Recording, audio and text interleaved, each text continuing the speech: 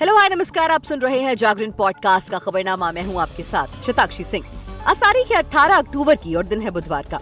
चलिए आपको बताते हैं आज दिन भर की तमाम बड़ी खबरें। बुलेटिन की शुरुआत करेंगे हेडलाइंस के साथ। बेटा बीवी समेत आजम खान को 7 साल जेल की सजा। अब्दुल्ला आजम के जन्म प्रमाण पत्र केस में मां तजीन भी दोषी। दिवाली से पहले किसानों के चेहरों पर खिली मुस्कान। सरकार ने रबी फसलों की बढ़ाई एमएसपी। एथिक्स कमेटी ने मोइत्रा मामले में बीजेपी सांसद दुबे वकील देहाद्राई को गवाही के लिए बुलाया। न्यूज क्लिक मामले में सुप्रीम कोर्ट गुरुवार को करेगी मामले की सुनवाई। प्रबीर पुरकायस्थ ने दी है हाईकोर्ट के फैसले को चुनौती। गाजा अस्पताल में ब्लास्ट के पीछे इजराइल नहीं, नेतन्याहू को मिला अमेरिकी राष्ट्रपति बाइडेन का जवाब। बम से उड़ाने की धमकी मिलने के बाद खाली कराया गया लिली एयरपोर्ट। हाई अलर्ट पर प्रशासन। दिवाली से पहले सरकारी कर्मचारियों पर मेहरबान हुई लक्ष्मी। मोदी सरकार ने डीए में की 4% की बढ़ोतरी। केंद्र सरकार ने 12 लाख रेलवे कर्मचारियों को सुनाई गुड न्यूज। 78 दिनों का मिलेगा बोनस। जल्द शादी के बंधन में बन सकते हैं प्रभास। एक्टर की चाची ने किया खुलासा। वर्ल्ड कप 2023 पाकिस्तान टीम के प्लेयर्स की बिगड़ी तबीयत। ऑस्ट्रेलिया के खिलाफ मैच से पहले मुश्किल में आई बाबर की सेना। अब खबरें विस्तार से जान लीजिए। सपा नेता अब्दुल्ला आजम के 2 जन्म प्रमाण पत्र केस में सपा महासचिव आजम खान और उनकी पत्नी तजीन फातिमा और बेटे अब्दुल्ला आजम को 7 साल की सजा देकर कोर्ट ने जेल भेज दिया है। आजम खान के परिवार को रामपुर कोर्ट से ये बड़ा झटका है। कोर्ट ने अब्दुल्ला आजम खान और तजीन फातिमा को 2 जन्मतिथि केस में दोषी करार देने के बाद सजा के लिए दोपहर बाद का समय तय किया था। कोर्ट के आदेश पर पुलिस ने तीनों को दोषी करार देते हुए हिरासत में ले लिया था। अब सजा सुना दी गई है और कोर्ट ने तीनों को सीधा जेल भेज दिया है। बीजेपी नेता आकाश सक्सेना ने अब्दुल्ला आजम के 2 जन्म प्रमाण पत्र को लेकर केस दायर किया था, जिस पर फैसला आया है और मां, बाप और बेटे तीनों को दोषी पाया गया। कोर्ट का फैसला आने के बाद पुलिस प्रशासन चौकन्ना है। रामपुर कचहरी में भारी संख्या में पुलिस तैनात कर दी गई है। आजम खान पिछले साल मई में 27 महीने जेल में रहकर सुप्रीम कोर्ट से मिली जमानत पर बाहर आए थे। उस समय उन पर 88 केस दर्ज थे। तब कोर्ट ने भी यूपी सरकार के वकील से पूछा था कि ऐसा संयोग क्यों हो रहा है कि आजम को एक केस में जमानत मिले तो दूसरा केस दायर हो जाता है। वहीं केंद्रीय कर्मचारियों के साथ साथ सरकार ने आज देश के अन्नदाता यानी किसानों को भी दिवाली से पहले खुश होने का मौका दिया है। केंद्रीय मंत्रिमंडल की बैठक में आज रबी फसलों के न्यूनतम समर्थन मूल्य को बढ़ाने की मंजूरी दी गई।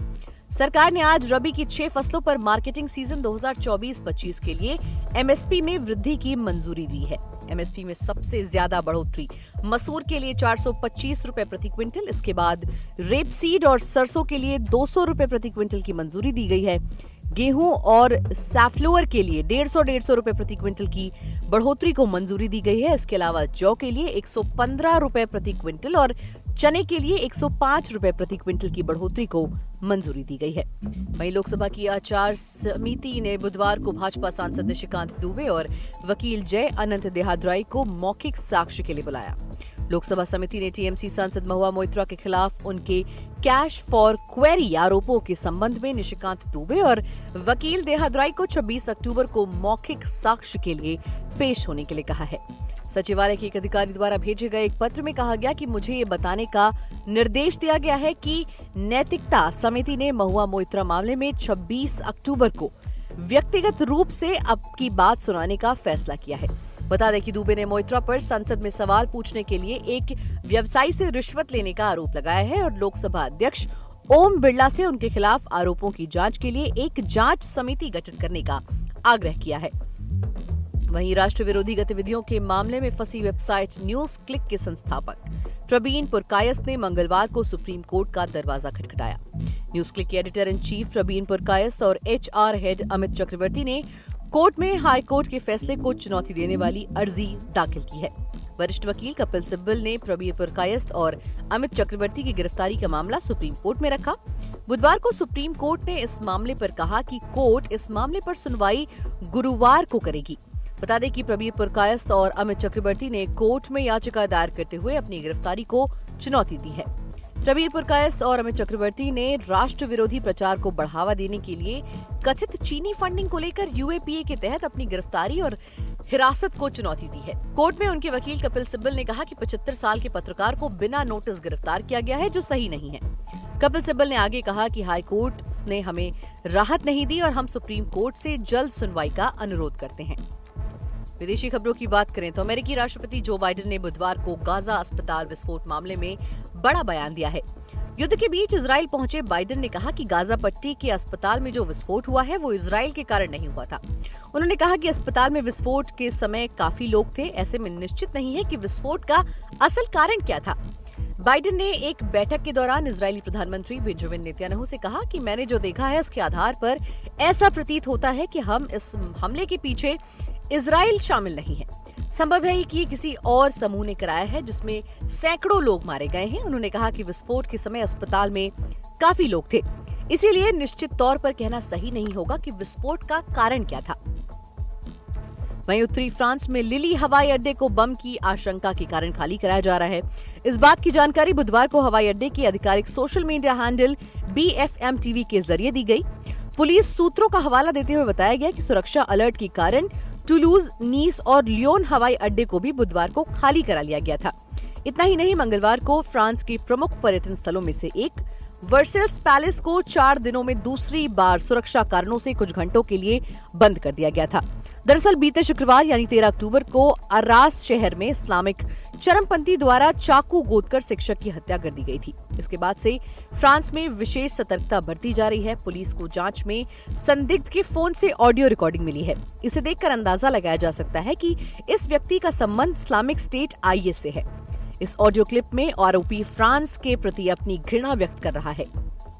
वहीं केंद्रीय कर्मचारियों को मोदी सरकार ने आज बड़ी खुशखबरी देते हुए महंगाई भत्ता में 4% की बढ़ोतरी का ऐलान कर दिया है। आज हुई कैबिनेट की बैठक में DA बढ़ाने के फैसले को मंजूरी दे दी गई। सरकार की मंजूरी के बाद अब केंद्रीय कर्मचारियों का DA 42% से बढ़कर 46% हो गया है। बढ़े हुए DA का कैलकुलेशन बीते 1 जुलाई 2023 से होगा और जुलाई से अक्टूबर तक का बकाया महंगाई भत्ता भी मिलेगा।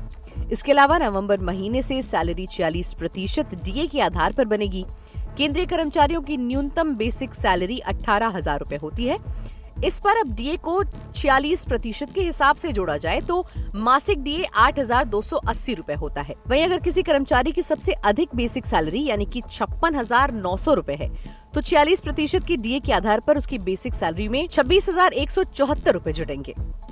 वहीं केंद्र सरकार ने बुधवार को रेलवे कर्मचारियों को भी दीपावली से पहले तोहफा दिया है। रेलवे कर्मचारियों को उनके 78 दिनों के वेतन के बराबर बोनस मिलेगा।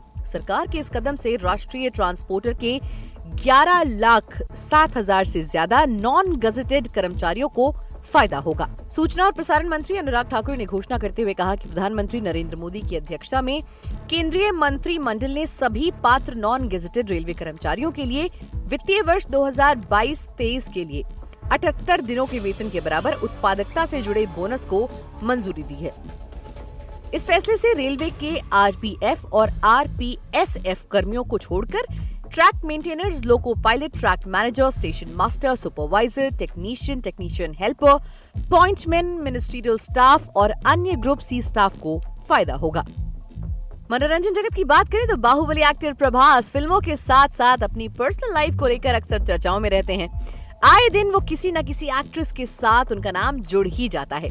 हाल ही में उनका नाम आदि पुरुष एक्ट्रेस कृति सेनन के साथ जोड़ा गया था और खबर है कि प्रभास जल्द शादी करने जा रहे हैं। इस बात में आखिर कितनी सच्चाई है ये भी आपको बता देते हैं। साउथ इंडस्ट्री के सुपरस्टार प्रभास जल्द ही सिनेमा घरों में सलार लेकर लौट रहे हैं। इस फिल्म का फैंस को बेसब्री से इंतजार है। ऐसे में एक्टर की शादी की खबरें भी सामने आ रही हैं। ये अपडेट प्रभास की चाची श्यामला देवी ने खुद दी है। उन्होंने कहा कि हमारे पास दुर्गम्मा का आशीर्वाद है, ईश्वर हम सभी का अच्छे से ख्याल रखेगा।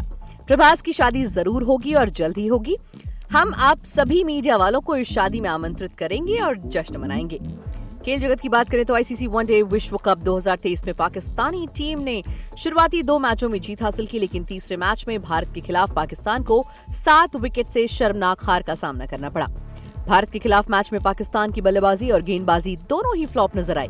वनडे विश्व कप इतिहास में भारत ने पाकिस्तान के खिलाफ 8वीं बार जीत हासिल की। इस मैच के बाद अब पाकिस्तान टीम अपने अगले मैच खेलने के लिए बेंगलुरु पहुंच गई है। 20 अक्टूबर को पाकिस्तान का मैच ऑस्ट्रेलिया से होना है, जिससे पहले पाकिस्तान टीम की मुश्किलें बढ़ गई हैं। बता दें कि पाकिस्तान टीम के 2 खिलाड़ी बुखार की चपेट में आ गए हैं। दरअसल पाकिस्तान क्रिकेट बोर्ड के मैनेजर ने ये जानकारी दी कि कुछ पाकिस्तानी प्लेयर्स वायरल फीवर की चपेट में आ गए हैं। वो डॉक्टर्स की निगरानी में हैं। टीम के स्टार बल्लेबाज अब्दुल्ला शफीक के साथ ही कुछ खिलाड़ियों को तेज बुखार है। तो आने वाले मैच में कितने प्लेयर्स एक्टिवली खेलेंगे ये तो आने वाला वक्त ही बताएगा। दोस्तों आज खबरनामा में फिलहाल इतना ही। देश और दुनिया की तमाम खबरों को जानने के लिए जुड़े रहिए हमारे साथ और सुनते रहिए जागरण खबरनामा।